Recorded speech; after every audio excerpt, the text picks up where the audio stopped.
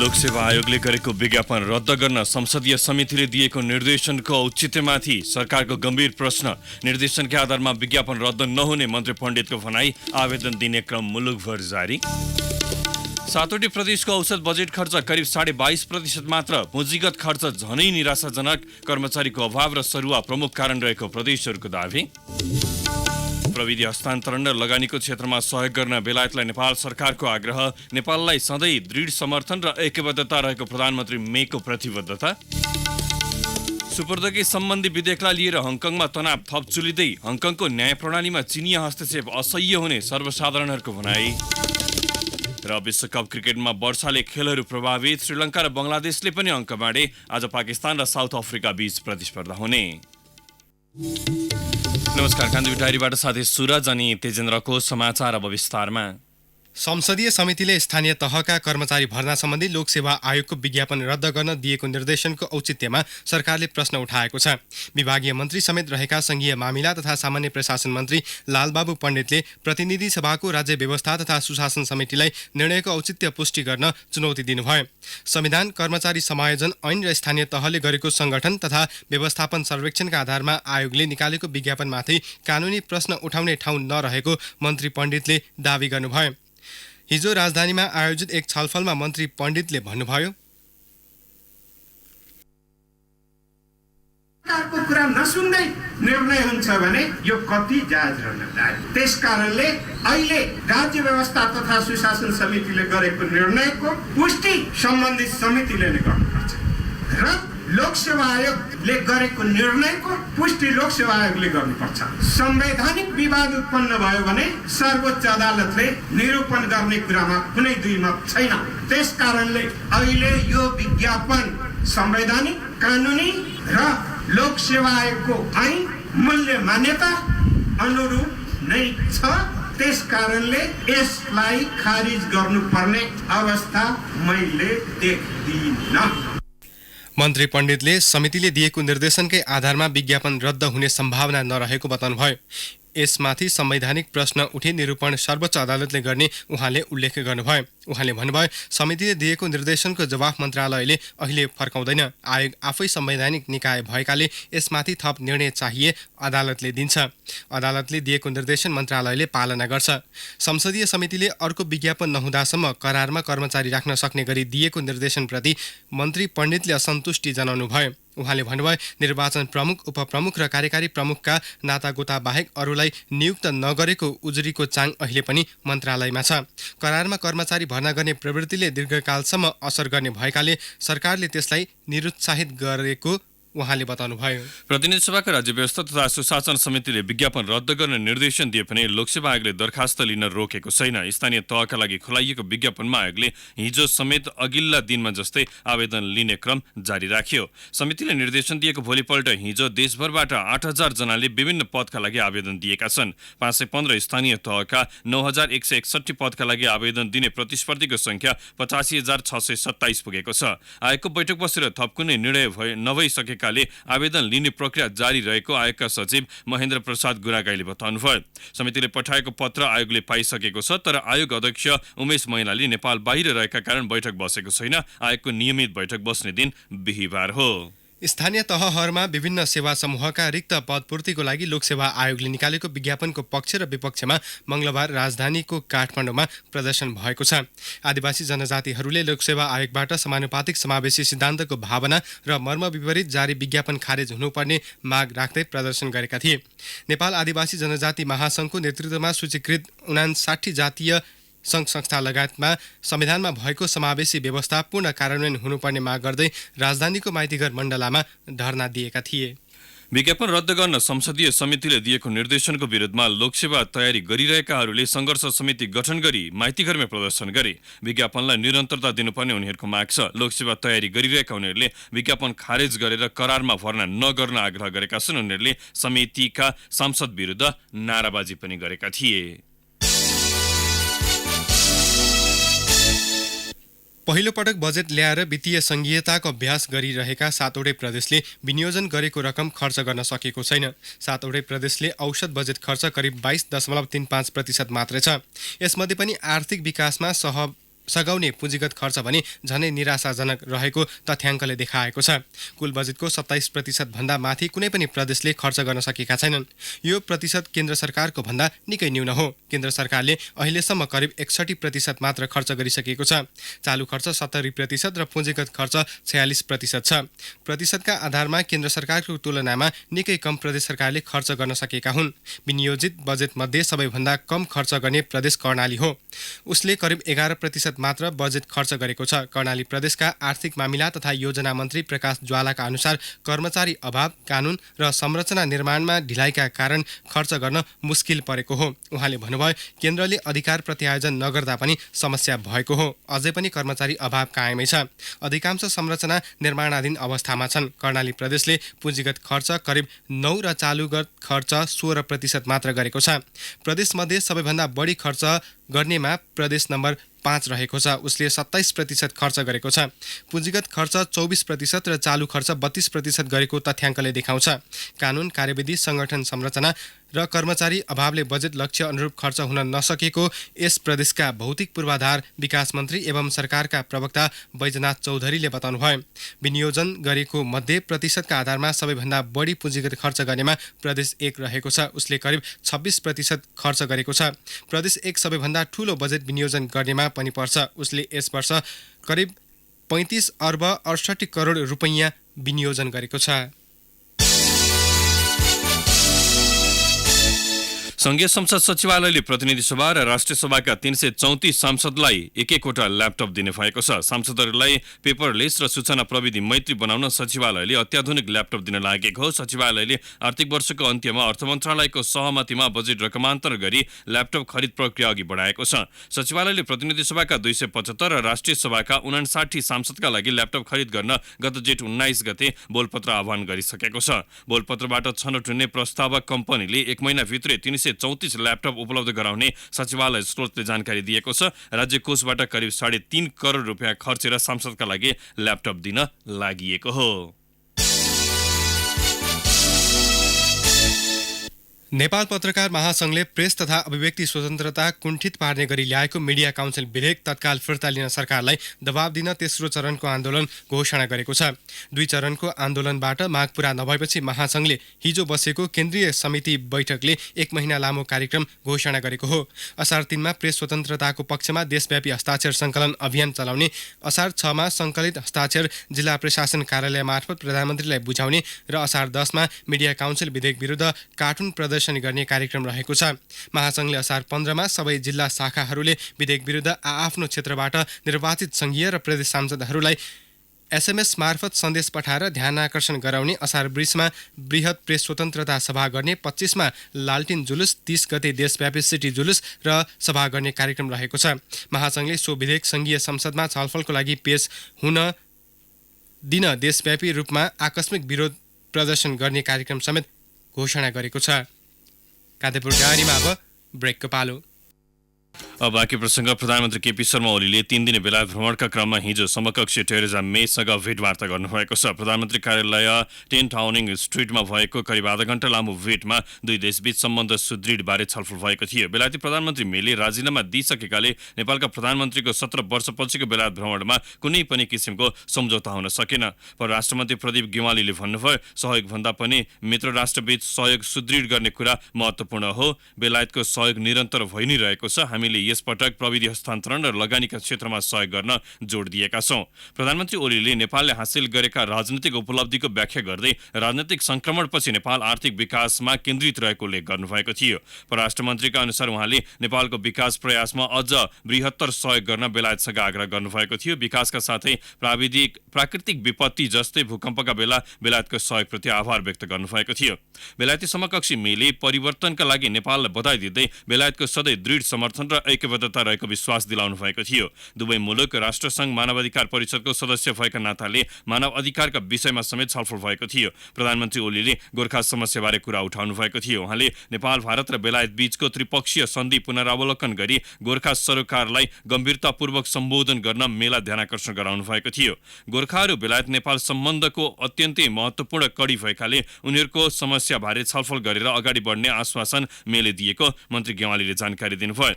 यसैबीच प्रधानमन्त्री ओलीले बेलायती राजकुमार ह्यारिसँग पनि भेटवार्ता गर्नुभएको छ। आधा घण्टा लामो भेटमा द्विपक्षीय सम्बन्धबारे कुराकानी भएको प्रधानमन्त्रीका प्रेस सल्लाहकार कुन्दन अर्यालले जानकारी दिनुभयो। भेटमा ओलीले प्रिन्स ह्यारीलाई भूकम्पका बेला गरेको सहयोगप्रति धन्यवाद दिनुभएको थियो। ओली र बेलायतका प्रमुख प्रतिपक्षी दल लेबरका नेता जेरेमी कोर्बिन बीच पनि भेटवार्ता भएको छ। प्रधानमन्त्री ओलीसँग भूपू ब्रिटिस गोर्खा र गैर आवासीय नेपालीले दूतावासमा बेग्ला बेग्लै भेट गरी समान पेन्सन मुद्दा र दोहोरो नागरिकताका सवालमा छलफल गरेका थिए।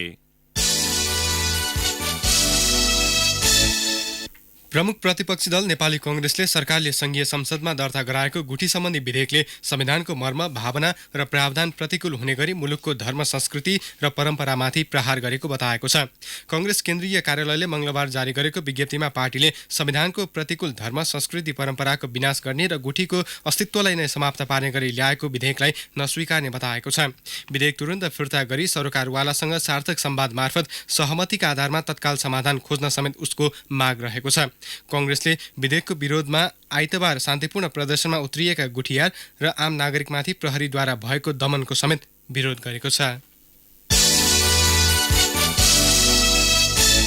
खरिद नियमावली छैठौं संशोधन भएको 1 महिना नबित्दै पुनः संशोधन भएको छ। छैठौं संशोधन विरुद्ध निर्माण व्यवसायी आन्दोलित भएपछि उनीहरूकै पक्षपोषण हुने गरी पुनः नियमावली संशोधन भएको हो। छैठौं संशोधित नियमावली गत वैशाख 30 बाट लागू भएको थियो। सो नियमावलीले 50% भन्दा बढी काम नसक्ने ठेक्काको समय थप नगर्ने प्रकृतिको व्यवस्था गरेको थियो। यसले झण्डै 1800 ठेक्काको सम्झौता भङ्ग हुने भएपछि यो व्यवस्था संशोधन सहितका विभिन्न माग राख्दै निर्माण व्यवसायी आन्दोलित भएका थिए। उनीहरूकै माग पूरा हुने गरी मन्त्रीपरिषदले पुनः नियमावली संशोधन गरेको हो। सातौं पटक संशोधन भएको नियमावली गत जेठ 23 गतेदेखि लागू भइसकेको छ। 5 नेपाली र 4 विदेशी नागरिकले यो सिजनमा सगरमाथा आरोहण नै नगरी झुटो विवरण पेश गरेको फेला परेको छ। पर्यटन विभागकी निर्देशक मीरा आचार्यका अनुसार काठमाडौँमा रहेको प्रेस्टिज एडभेन्चर प्राइभेट लिमिटेडबाट गएका मध्ये 9 जनाले जेठ 12 गते सगरमाथा आरोहण गरेको दावी गर्दै प्रतिवेदन बुझाएका थिए। विभागमा उजुरी परेपछि उनीहरूमाथि छानबिन गर्दा सगरमाथा आरोहण नगरेको प्रमाण भेटिएको उहाँले बताउनुभयो। झुटो विवरण पेश गर्ने विदेशी आरोहीमा यूएई की खाजिदा मोहम्मद अली, भारतका शोभा बनवाला, विकास राणा र अंकुश रहेका छन्।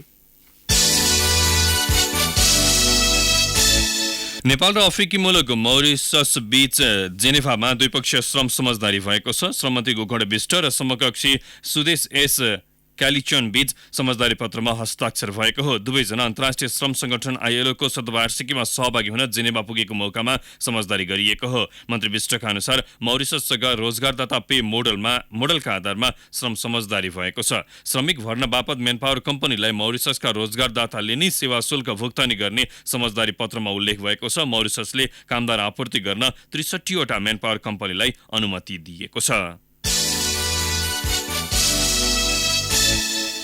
खुम्बु क्षेत्रमा हिम नदीको पिँधको बरफमा अस्वाभाविक रूपमा तापक्रम बढिरहेको पाइएको छ। हिम नदीको 200 मिटर गहिराइसम्म पाल पारेर पहिलो पटक गरिएको अध्ययनबाट सगरमाथा आधार शिविरदेखि खुम्बु हिम नदी टर्मिनल मोरिनसम्मको तापक्रम -3.3 डिग्री सेल्सियस रहेको नयाँ तथ्य फेला परेको हो। यसबाट तापक्रम बढ्ने बित्तिकै हिम नदीको बरफ छिटो पग्लिने, बगेर नयाँ हिमताल बन्ने र यसले बाढीको जोखिम समेत देखिएको विज्ञहरूले बताएका छन्। अब केही समाचार संक्षेपमा। दार्चुलाको नौगाड गाउँपालिका 4 सिप्टी स्थित गणेश विनायक माविमा शौचालयको सेप्टिक ट्याङ्कीभित्र खसेर 4 बालबालिकाको मृत्यु भएको छ।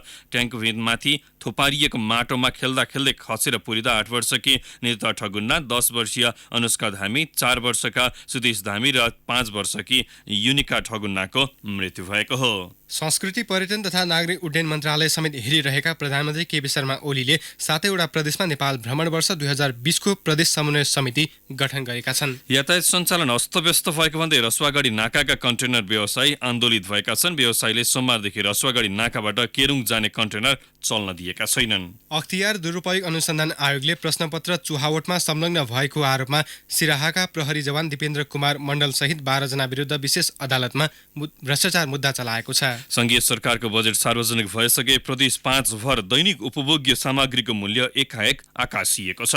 प्रदेश 3 सरकारले लगानीकर्ता एवं उद्योगीहरूलाई आकर्षण गर्न करको छुट व्यवस्था गर्ने भएको छ। प्रदेश सरकारले ल्याउन लागेको प्रदेशभित्र औद्योगिक व्यवसाय स्थापना तथा सञ्चालन गर्न बनेको विधेयक 2075 मा विभिन्न प्रकारका उद्योगहरूलाई कर छुटको व्यवस्था गर्न लागि हो। पश्चिम तराईका कैलाली र कञ्चनपुरमा अत्यधिक गर्मी भएपछि हावाहुरीले घरको छाना उडाएर खुल्ला आकाश मुनि बसेका परिवारको बिचल्ली भएको छ। झापाका पुराना चिया बगान सञ्चालकहरूले चिया मासेर अन्य कृषिजन्य खेती गर्न पाउनुपर्ने माग गरेका छन्। सरकारले चियामा कुनै सहुलियत नदिएकाले पुराना चिया बगान सञ्चालन गर्न नसक्ने अवस्थामा आएको उनीहरूको दाबी छ।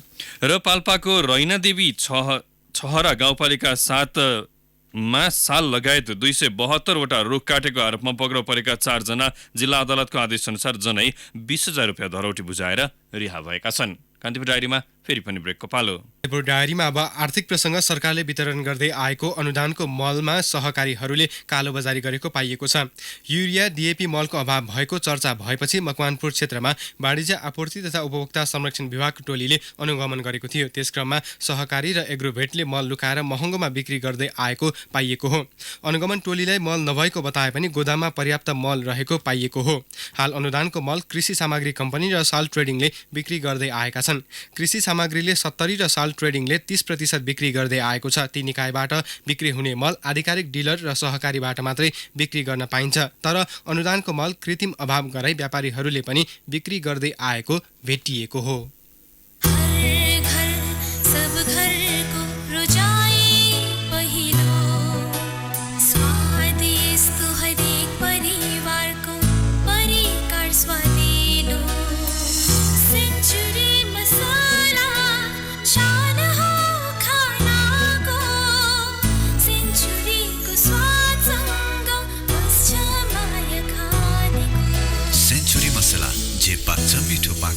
दुग्गडको उत्कृष्ट उत्पादन। वीरगञ्जमा निर्माण भइरहेको पेट्रोलियम पाइप लाइनमा ठेकेदारले एक्सकाभेटर लगाएका छन्। वीरगञ्ज व्यापारिक सडक सुधार आयोजना अन्तर्गत सडक विस्तारका क्रममा सपना निर्माण सेवाले डोजर लगाएको हो। सो सडक खन्दा पाइपलाइन सँगै अप्टिकल फाइबरमा क्षति पुगेको छ। आयल निगमका कार्यकारी निर्देशक सुरेन्द्र पौडेलका अनुसार करिब 6 देखि 7 मिटरमा क्षति पुगेको हो। निगमका अनुसार वीरगञ्ज पतलैया व्यापारिक मार्गमा रहेको फाइबरको पाइपलाइन परवानीपुर नजिक सडक विस्तारको क्रममा फुटेको छ। पाइपमा रहेको अप्टिकल फाइबरले भारतबाट नेपाल आउने तेलबारे विभिन्न प्रकारको तथ्याङ्क तथा सूचना दिने गर्छ। कति मात्रामा इन्धन आइरहेको छ भन्ने सबै सूचना सो अप्टिकल फाइबर मार्फत आउँछ। एक्सकाभेटरले मेजर फाइबर नै भत्काइदिएको हो। पाइपलाइन र अप्टिकल फाइबरमा क्षति पुगेपछि निगमले नायब कार्यकारी निर्देशक नागेन्द्र शाहको नेतृत्वमा थप अध्ययन गर्न टोली पठाएको छ।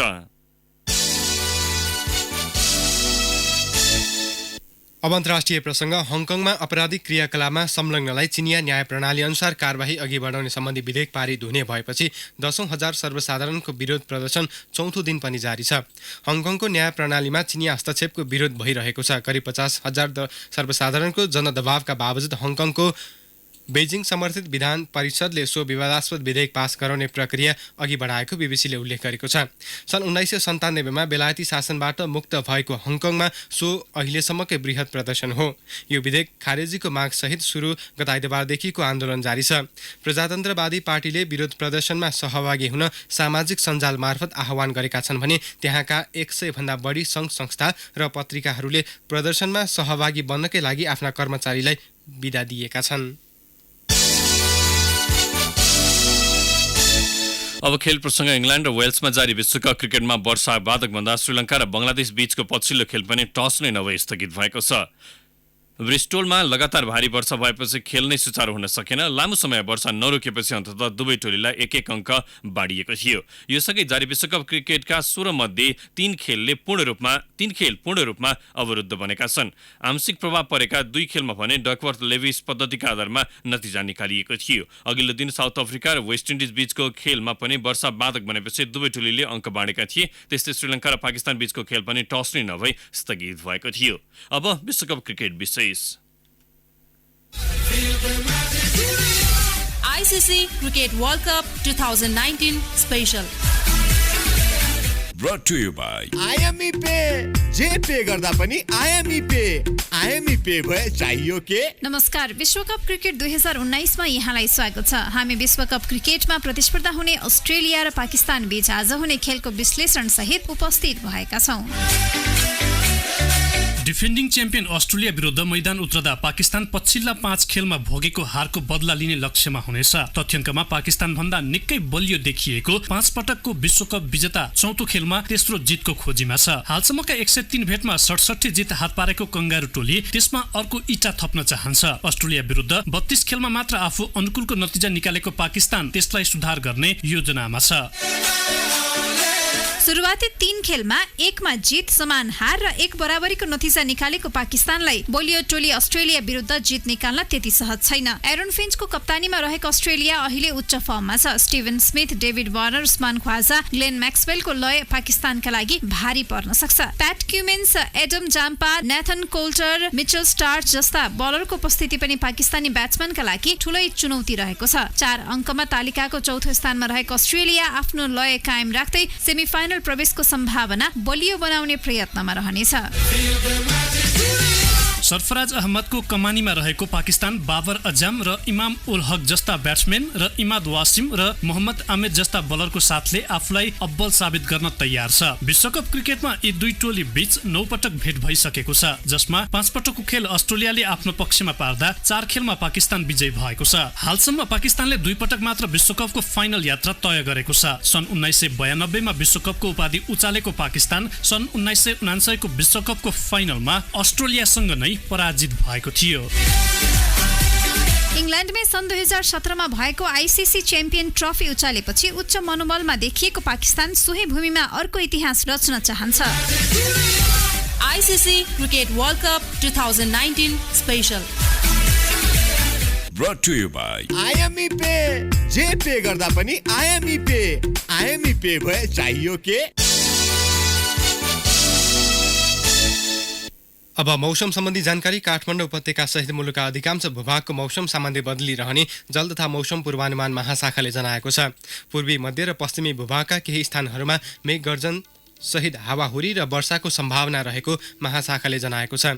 केही बेर अघि 19.8 डिग्री सेल्सियस मापन गरिएको काठमाडौँ उपत्यकाको अधिकतम तापक्रम आज 31 डिग्री सेल्सियससम्म पुग्नेछ। सूर्योदय बिहान 5:08 भयो भने सूर्यास्त साँझ 7 बजे हुनेछ।